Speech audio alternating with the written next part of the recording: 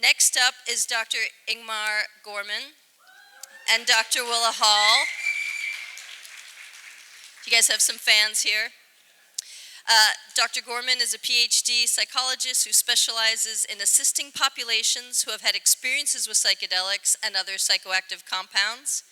He is the director of the Psychedelic Education and Continuing Care Program at the Center for Optimal Living, I believe, where he leads groups, trainings, and works with individual clients. He is the site co-principal investigator and therapist on a phase 3 clinical trial studying the potential psychotherapeutic utility of MDMA for post-traumatic stress disorder.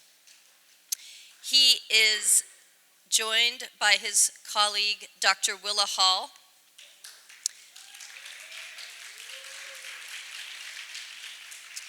who received her bachelor's at Berkeley, which is where Michael Pollan's teaching, and her PhD from New School, and over the past 20 years, she has dedicated herself to raising her children while working in community mental health and private practice in New York City. In 2017, she began work on the MAPS New York City site as a co-therapist on the phase 3 trials assessing the efficacy of MDMA-assisted psychotherapy for severe PTSD. Keep in mind, full bios are in here. I'm trying to give a little abbreviated version. Anyway, they are going to speak about the MDMA-assisted clinical study of PTSD and update you and also give you therapists' experiences. All right, thank you very much. It's an honor to be here. I wanted to actually start off by saying that I'm also a board member of Horizons, but I kind of feel like an honorary member in the sense that I feel like I don't really do as much as Kevin Baltic does and the volunteers who make this conference possible. So I really wanted to just put out a thank you to the Horizons.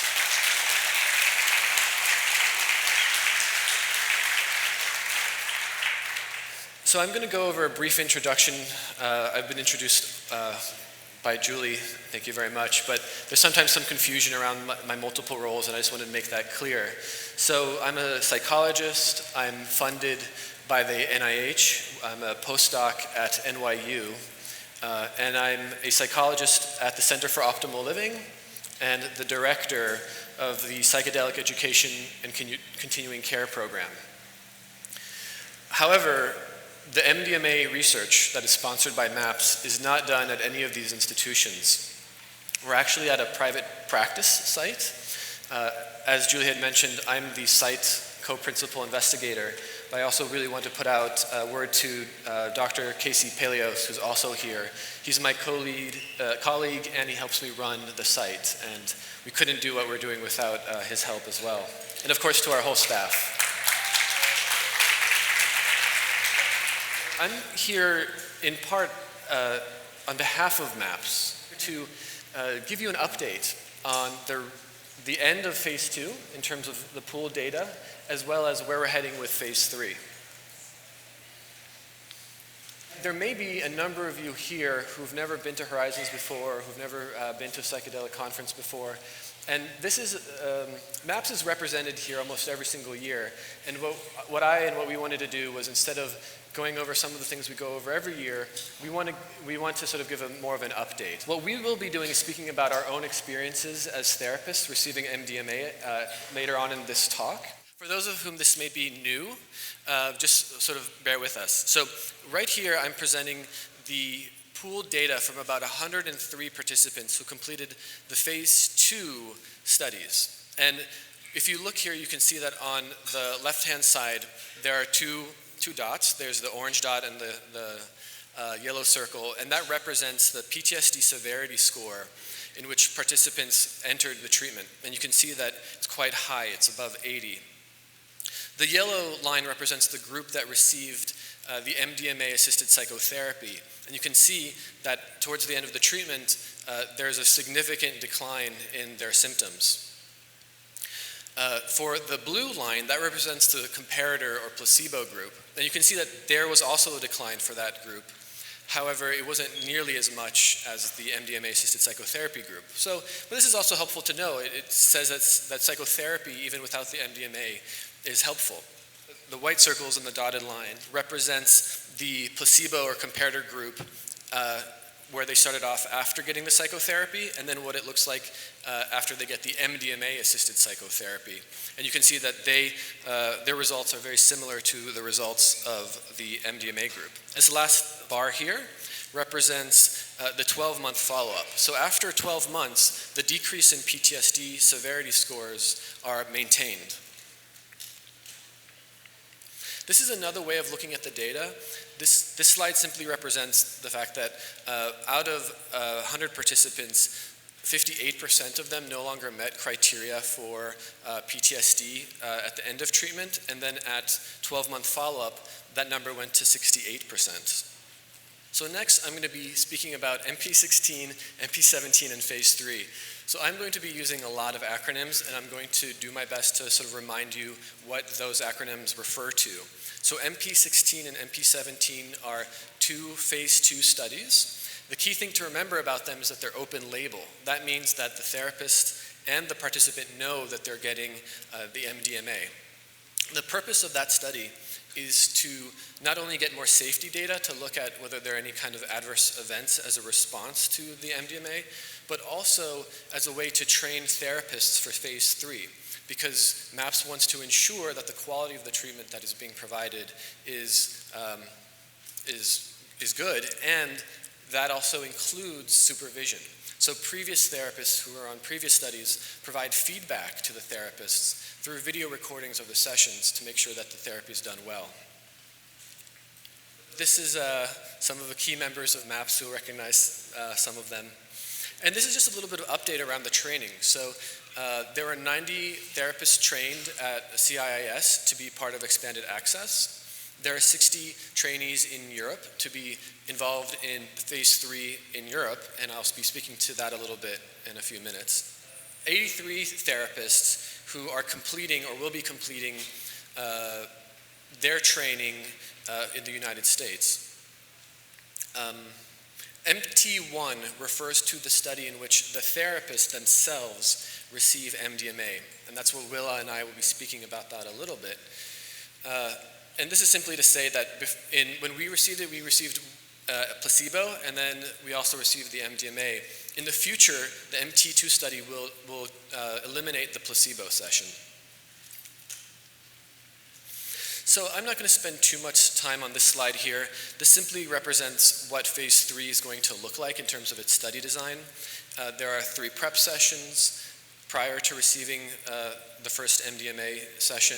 There are 9 psychotherapy integration sessions that take place, and then interspersed roughly a month apart are the MDMA dosing sessions. And the first session is an 80 milligram dose with a 40 milligram or 50% booster dose, 90 minutes to 2 hours after the initial dose. And at the 2 following dosing sessions, participants will be able to elect whether they would like to continue with the 80 milligram dose or go to 120. This is similar to previous designs if you're familiar with them. So next up, this slide summarizes all the different sites for Phase 3 in the US, Canada, and Israel. So there are 16 sites. There are 50 trained therapy teams. And Phase 3 will consist of two studies with 100 participants in each. And this is roughly how those participants will be distributed. You'll see that for New York, there's NYU, which is a site, and I and Casey run the private practice New York site. So there are actually 2 sites in New York City.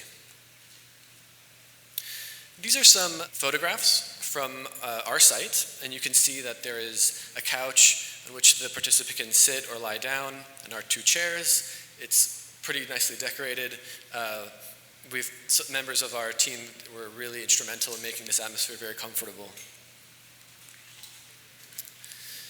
Here, this is for what will be happening in Europe. So you can see that there will be sites in the UK, in the Netherlands, the Czech Republic, Germany, Finland, Portugal, and Norway. A few things to see here. They have MP18. That's the open label study for them to be trained. And you'll notice that for MP18, there are these fMRI participants. I'm not familiar with the design that they have there, but presumably they're going to be looking at the effects of pre-treatment and post-treatment in terms of how does the MDMA-assisted psychotherapy help with the PTSD.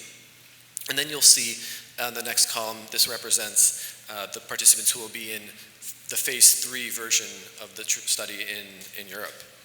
And there'll be 70 participants there.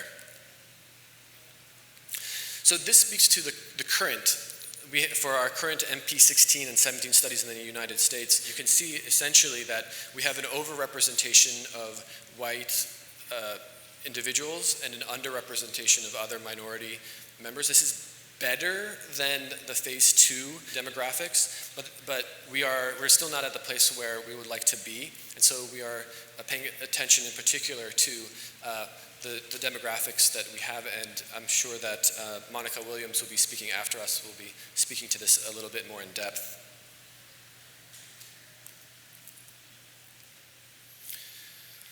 So, many of you may be interested in where do we stand right now in terms of the results, and it's way too early to speak about those, but we can say a little bit. So here, these are 25 participants who've gone through MP16 and MP17 thus far, the open label study. Of those 25 who are either done or in the midst of the treatment study, 18 currently no longer meet criteria for PTSD. So you'll see here that 12 of the 25 have completed and 13 are still in progress, and 18 of the 25 no longer meet criteria for PTSD. Another way to look at that more granularly is that you can look at the PTSD severity. 11 participants entered the study with extreme levels of PTSD symptoms, 14 with severe, and you can see how that has shifted. 12 participants are currently asymptomatic or have few symptoms, 5 have mild symptoms, and 6 have moderate symptoms. And it's really important to remember that for some of these people, the treatment is not complete yet.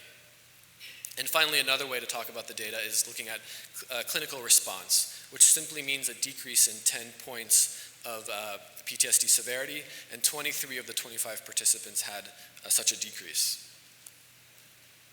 So what this slide here speaks to is a comparison of the phase 2, the 103 participants that I had mentioned earlier, their results, to sort of provisionally the 25 participants who've completed MP16 and MP17. And what you'll see in terms of their average decrease in severity scores is that they're similar. And you may also notice that the standard deviation is smaller for the MP16 and MP17 group. So what does that mean? Well, one thing is that for MP16 and MP17, all of those therapists were new. They had never done MDMA-assisted psychotherapy, and they haven't done it for participants who have post-traumatic stress disorder. And so what this says is that even though that they're new and they're being trained, the results are similar. The standard deviation being smaller lends to some possibility that the effect size, the effect may be larger. However, it's still way too early to make that judgment call. But this is really, really important. MAPS wasn't sure what would happen when they entered MP16 and MP17 with these new therapists, if they would get the same results. And so far, it looks like they are for phase 2. Okay, so I'm going to invite my co-therapist, Willa Hall, onto the stage. She's going to be speaking a little bit about her experience receiving MDMA in one of MAPS's trials as a therapist. Again, not as somebody who has PTSD, but somebody who's being trained to understand what it's like to receive and be under the effects of MDMA and be in therapy. INGMAR has assured me that you are all really nice people. As a clinical psychologist with a relational bent, I use conversation as a way to enter into and help uncover the emotional world of my clients. The relationship that I offer them is not business as usual, but a careful and detailed examination of the feelings and assumptions that are in operation in the therapy room and outside. Not infrequently during a session, I can get a strong sense or a flash of the emotional trauma that a client has been through, usually as a child, and the pain that is locked away under layers of defenses. The work of therapy is to help connect them to this pain. The goal is not to make it go away, but to help unlock the client from an often rigidly built system of defenses that is designed to keep the pain at bay. The system was erected so that the child could withstand the emotional traumas, big and small, of their home environment, but it has now become the source of suffering in their adult life. The work that I do is from the outside in, and I know I must return my mind to what is happening in the therapy room and start there. Today, with the study of psychedelic medicines, we are able to offer an alternative to the traditional outside-in approach to treatment with one that is inside out, a temporary disabling of one's normal defensive structures that enables the participant to directly address past traumas. In this talk, I'd like to share with you my own experience with MDMA as a participant in MAPS's MT1 study in order to give you a sense of the phenomenology of such an experience and how it helped me to identify and initiate changes in my life that I didn't even know were needed, let alone possible. So I went out to Boulder for my MT1 experience before I had been officially accepted as a study therapist and was in the middle of their application process. At 52, I was going through a transition in my life. My children were growing up and away, and feeling isolated in my part-time private practice, I was looking for other work to engage me. I had attended the initial MAPS training, and I had been bowled over by the wonderful community of therapists that I met there, and of course by the treatment they were presenting. I badly wanted to join the study, and for somebody who is shy and not typically a joiner, the intensity of this desire or need, as it felt at the time, made me feel insecure, even childlike. I say all this to you now to give you some idea of my mindset going into my MT1 experience and to help you understand the readiness of my transference to my therapists, Marcella and Bruce, which was basically love at first sight. They were warm, funny, and generous with me. I admired the ease of their rapport. They were very much a team, but with very different styles, and I enjoyed the way they managed mild tensions that came up around their differences, annoyance softened by affection and appreciation. They were a couple on solid ground, and it felt very easy and safe to fall into being the cared-for object of their interest. My first dosing session turned out to be a placebo session, and there was a great deal of anticipation as I waited to see if the pill I swallowed was the MDMA. And it was really hard to know since I was so primed to feel something, so much so that after a period of time of going inwards with the eye shades and the headset, I shared with Bruce and Marcella a heightened sense of anxiety about not knowing what was happening. They focused on my distress, and using parts work therapy helped catalyze in me a deep regression into childhood. I was maybe 5 or 6, and I was standing at the closed door of my older sister's bedroom. I felt intensely my frustration and panic at being locked out, left out. All the really cool stuff was behind that door, and I wasn't allowed in. More than that, I knew I wasn't wanted in there. My relationship with my sister back then had been rivalrous and contentious. So this was a real experience that happened to me, probably a lot, when I was little and the youngest of 3 kids, but I hadn't remembered it until this moment. I knew quite well that there had been tension between me and my oldest sister when we were children, but up until this moment in Marcella and Bruce's office, my most vivid memories growing up in that beautiful house in West LA had only been positive. In my mind, this time had the gloss of an idyllic California girlhood, a time of innocence, before I was able to sense, at least consciously, the unacknowledged anger and depression in my parents' marriage. The intense reliving of my frustration and panic at being shut out by my sister was a retrieval of something that had been lost to me, and I seized on it, hungry for what it could teach me.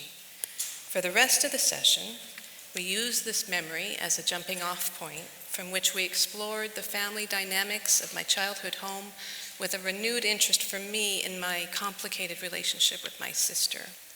So it was in my MDMA session 2 days later that the significance of this younger self was made clearer to me.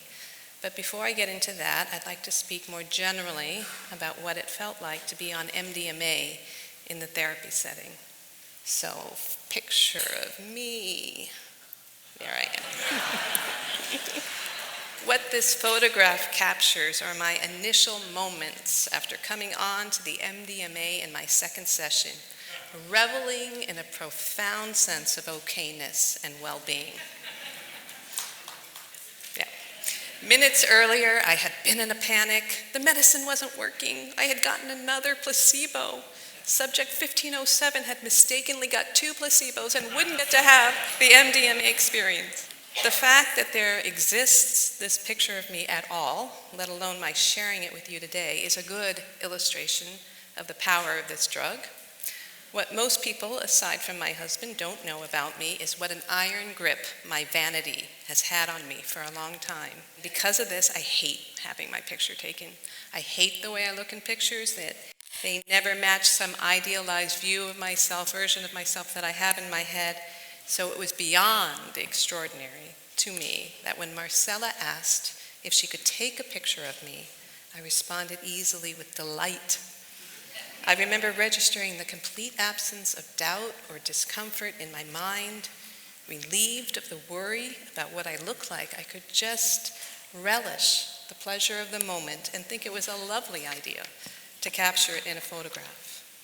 Free of the burdens of whether I could keep up, be included, look okay, or any of the other concerns that typically plague my conscious mind, I rested in a state of complete equanimity. I'll never forget the welcome that Marcella gave me as the MDMA kicked in. She said, "Take this, it's yours."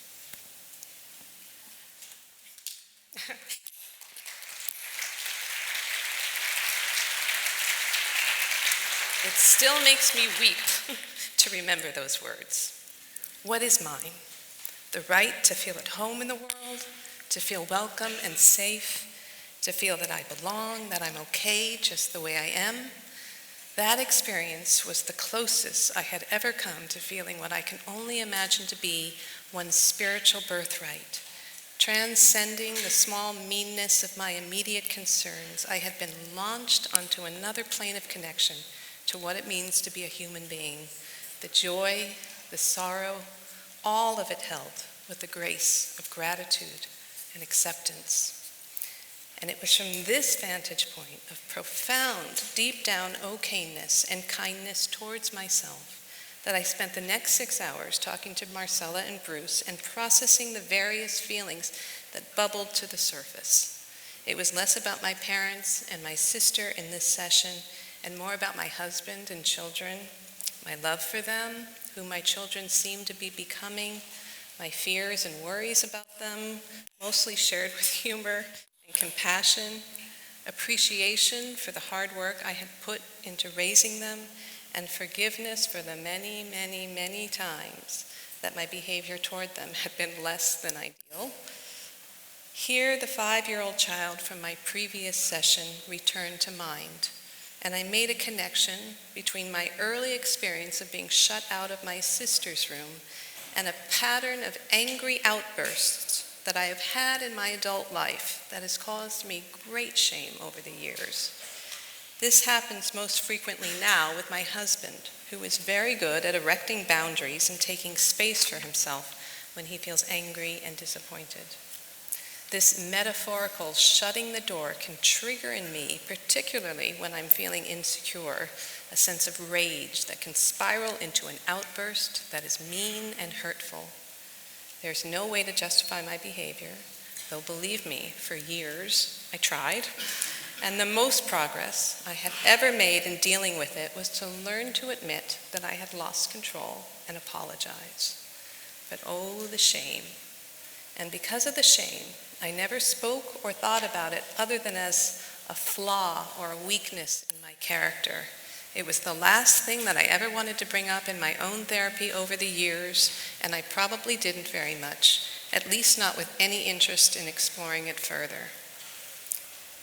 So quite unintentionally, while on the medicine, I stumbled onto this little gem of a problem that I had long been aware of, but I had also long sought to minimize because of the deep pain connected to my shame about it. During the dosing session, Marcella pointed out that what I needed from my husband in these moments of fury was connection. This was such a simple, clarifying interpretation of what was at the heart of these angry moments. And I remember feeling a sense of amazement and liberation that I had found my way to a compassionate understanding of my behavior by linking it to this early experience as a child. What was less certain to me, especially after the MDMA wore off, was whether I would be able to overcome the power of my anger once it got triggered. I had watched Marcella model for me what I could say to my husband. I want connection.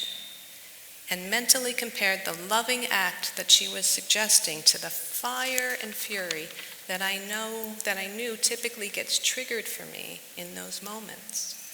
I wanted to believe I could do it her way, and I went home, hopeful that I could. But predictably, I found out that learning to do something different was going to take time. So this is what I've been integrating into my life since my MT1 experience a year and a half ago. I continue to work very consciously with my anger when it gets triggered, aligning myself with the need beneath the angry energy. The shame has been replaced with compassion, and it is in this small but profound bit of alchemy that the MDMA continues its work on me.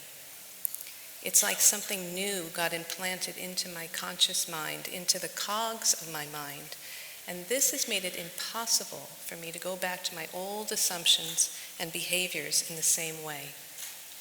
Before I end, I want to highlight a couple of things that I've learned both from my own MDMA experience and from my experience so far as a study therapist. The first is that while the dosing session may be a highlight of the treatment, the work of integrating the experience is the real unsung heroic labor of the whole process. It is disappointing, to say the least, when the feelings and insights that we have on MDMA fail to show up for us in the same way in our regular lives. This is where the psychotherapy piece is essential to the efficacy of the treatment, and we must rely on the help that we get from the outside to support and nurture the shifts we make on the inside. In addition to the wisdom and love that I received from Marcella and Bruce, I have been leaning on the support and understanding of my husband, and I also make regular use of compassionate-based Buddhist practices to work with the energy of my anger and help me transmute it into something less harmful to myself and others. Secondly, the inside-out nature of how MDMA works has allowed me to appreciate aspects of character from a different angle, and the ways in which a person's defensive maneuvering protects them not only from outside dangers, but also from dangers coming from within in the form of painful or shameful feelings. For example, I've always been a prideful person. I'm holding myself separate and away from others for reasons I've only intellectually understood as rooted in my childhood. I remember during my most intensive psychotherapy back in graduate school, I would have moments of realizing that my pride was holding me back from sharing more with my therapist. But what could I do? Back then, progress was probably just in being able to acknowledge the strong presence of pride in my personality. On MDMA, my pride, like my vanity, simply fell away, and there was the potential to dig out and reorder many of the private understandings and pacts I had made with myself to minimize my shame and my vulnerability. It is a temporary unveiling, of course, but the impact of the experience, the profound acceptance and compassion towards oneself can endure, particularly if it is given sufficient validation and support. This support comes from therapists who are able to leave an allegiance to their own theoretical frameworks behind and bring with them a compassion, an openness, and a curiosity to whatever is happening for the participant. Done well, their active presence is like a firm but gentle touch, holding but not holding back, guidance without direction or limitations. As therapists, we are not experts of this internal unfolding, which the participant may or may not be moved to share with us. Rather, our role is more like that of a midwife, holding space and providing encouragement for a healing process that is sacred and often more than a little mysterious. So I'd like to thank my MT1 therapists, Marcella Otalora and Bruce Poulter, for their skillful and loving presence. So there's an aspect of my history that parallels Willa's. Although I didn't have the experience of being shut out of a room, as a young person I did receive the message many times that I do not belong. And instead of reacting with anger, which might have been more appropriate, I was overwhelmed by rejection. Over many years, that rejection and pain turned into a mission to help others navigate the darkness I had experienced myself. I think an unintended consequence of that intense devotion to that mission was that it allowed me to avoid and not feel some of the emotions like anger, which were beneath. It's remarkable to me that I would have rather taken on the whole world and its challenges than to feel my own anger or grief, which somehow seemed much more frightening. Feeling those emotions can be scarier than risking career suicide by taking on the highly improbable goal of becoming a psychedelic therapist or working with Schedule I substances. In the past, I turned to my convictions, my intellect, my methods, sometimes political engagement, as a means of transforming pain, the pain that I felt and the suffering that I've seen in others. There's power to be gained from pain, for sure. It can be a compass. It's part of the drive that got me here today. Often this mission led me to self-sacrifice. And self-sacrifice can lead to a greater good, but self-sacrifice can lead to pride. The more we suffer, the more prestige we think we gain. If you've been through a clinical psychology doctoral program, you might be familiar with this, comparing who has the most unpaid pre-internship hours, who is able to push themselves to the furthest to the brink but not quite go over. That pride can fuel a sense of injustice. Believe me, I've definitely enjoyed my fair share of righteous indignation. But I can also remember times on my journey when it closed down compassion and curiosity, not just for others, but maybe more importantly, for myself. At one point during my MT1 experience, when I received the MDMA as part of my training, I was describing a memory of being young and being rejected. And one of my therapists said, "That must have been really hard." Such a simple statement, a reflective, empathic statement, which is the bread and butter of psychotherapy. But those words, as mundane as you might think they are, went straight to my heart. The words were like a mallet striking a gong. It was like someone acknowledged that pain and suffering for the first time, although I've spoken about it before. Those words, combined with the MDMA, allowed me to feel that, yeah, it was hard. I didn't have to fight it. I didn't have to run from it. I didn't have to push through it. It was something very sad and painful, and it's okay to feel that.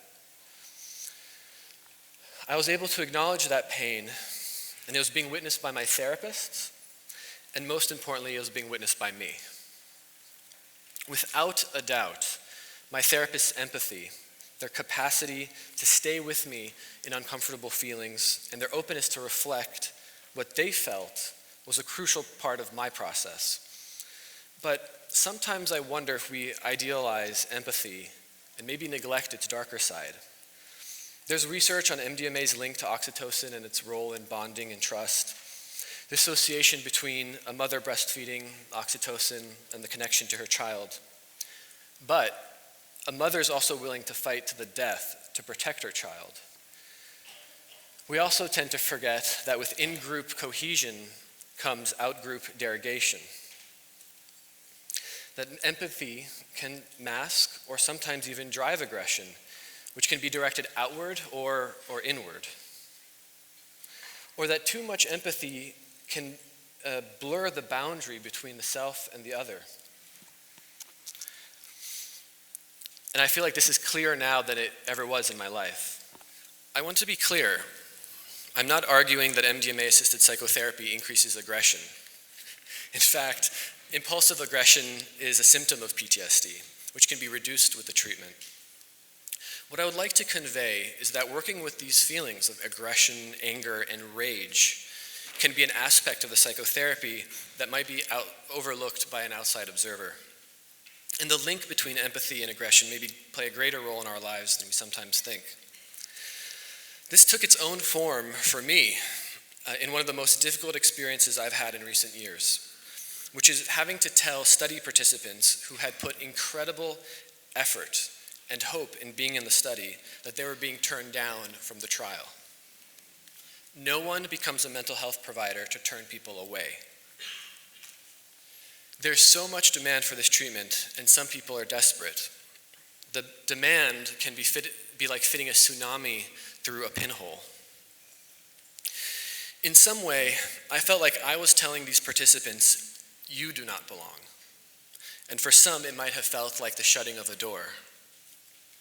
I had become a gatekeeper. I was the one doing the rejecting. And perhaps some transformed me into the aggressor. When I've had to disappoint participants and others in this way, I felt a visceral sensation of being torn apart inside. One half of me wanted to desperately help this person, and the other half knew that it wouldn't be possible at this stage of the research. I was being split into two. For a while, I internalized all of it. My empathy went so far as to believe that they were right. I was the aggressor, as if I was responsible for their suffering.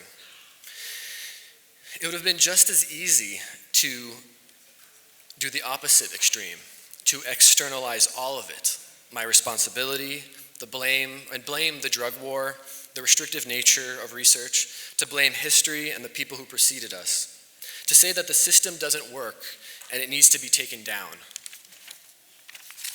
I wholeheartedly believe that the way is through. There's a compromise to be made, to stay with sadness, to stay connected to frustration and a sense of injustice, while also gratefully inheriting the systems passed down to us, empiricism, the scientific method, and useful regulations. They're restrictions, but they're there in place to protect people from the risks of participating in research. And for some, drug-assisted psychotherapy may still be unsafe even after it becomes approved. Today, this work for me is less about self-sacrifice and righteous indignation, and more about making responsible decisions so that many more people who deserve healing can one day access it as well.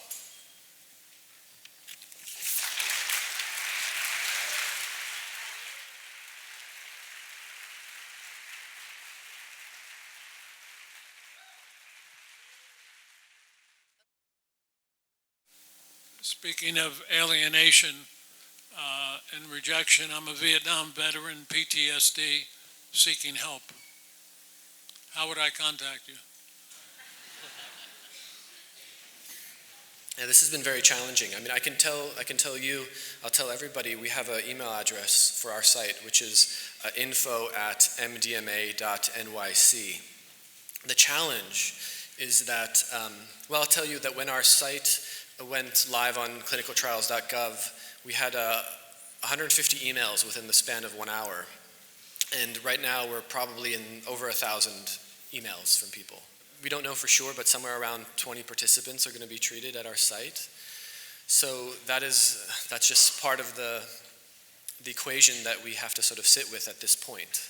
So please reach out to us, but we have an automated email response, and when I was thinking about being a PI, I thought, I'm never going to do that. We're going to have a study coordinator who's going to call back every single person. It just wouldn't, if we did that, we wouldn't make any headway with the study.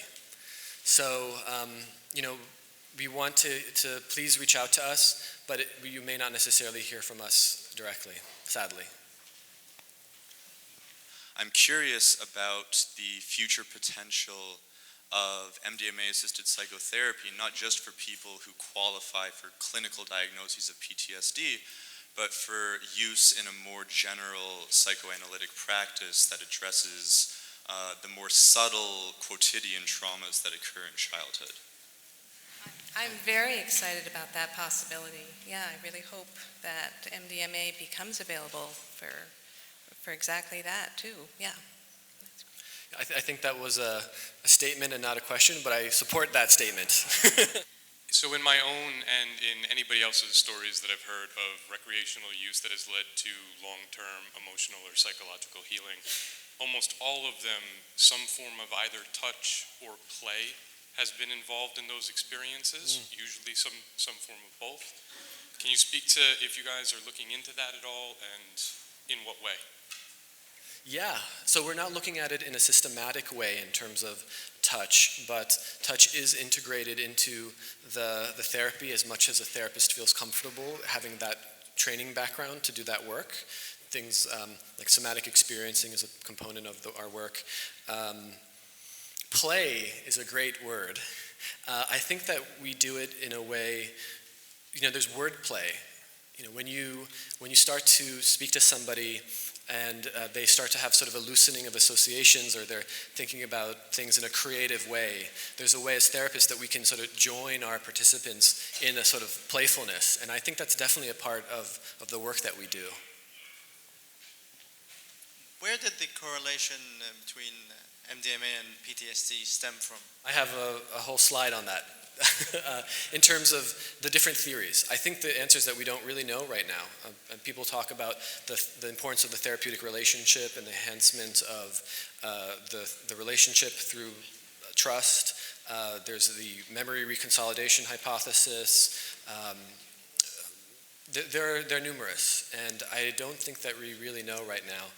I think if I speak for both of us, I think this came through Willa's talk, that some form of, we think dynamically, so we're really interested in defense mechanisms, and this idea that all that fear that is connected to trauma it's the way that we cope. Sometimes our symptoms are ways of coping, and sometimes that's what's sort of in the way, and what MDMA may do is sort of help bring that down a little bit so we can kind of see what's behind all that fear. If I may just jump in for a second, I think one of the reasons why this research all came to be is that there were underground therapists working with MDMA all through the 70s and 80s who were discovering that it was very helpful in the treatment of PTSD. And so it was, talk about standing on the shoulders of giants, but there were people who were doing this work before anybody knew what it was or what it was doing. And they were learning that it was very helpful for PTSD, and that's really where this research came from. Hi, I'm a psychologist, and I'm interested in participating. I applied for the spring training, and I've been looking at the manual, and I have just two questions. I just hope you can clarify these. One is the dosage. I see different dosage levels, and one of the dosage levels was 125 followed by 75 milligrams, and an hour and a half later in order to sustain the effect. I've read about that. I've also have a question about the amount of time the therapist actually interacts with the patient, because I've read in the manual that it should be 50%, but I've had people who've done this tell me that when they are in the midst of it, at the height of the experience, they're so internal and they're so engaged with their own internal experience that to have somebody try to interact with them at that point would be really counterproductive, I think. So I just wondered if you could speak on those two topics. Well, I think you have it right. So in the sense of It may say something like 50%, but that I think is just a guiding number. Definitely if somebody was going inside, we would not ask them to engage with us in like an interpersonal process. And there's great variability in some participants stay inside the entire time, and we go in and we check to make sure that they're okay. Once in a while, maybe once in every hour or so.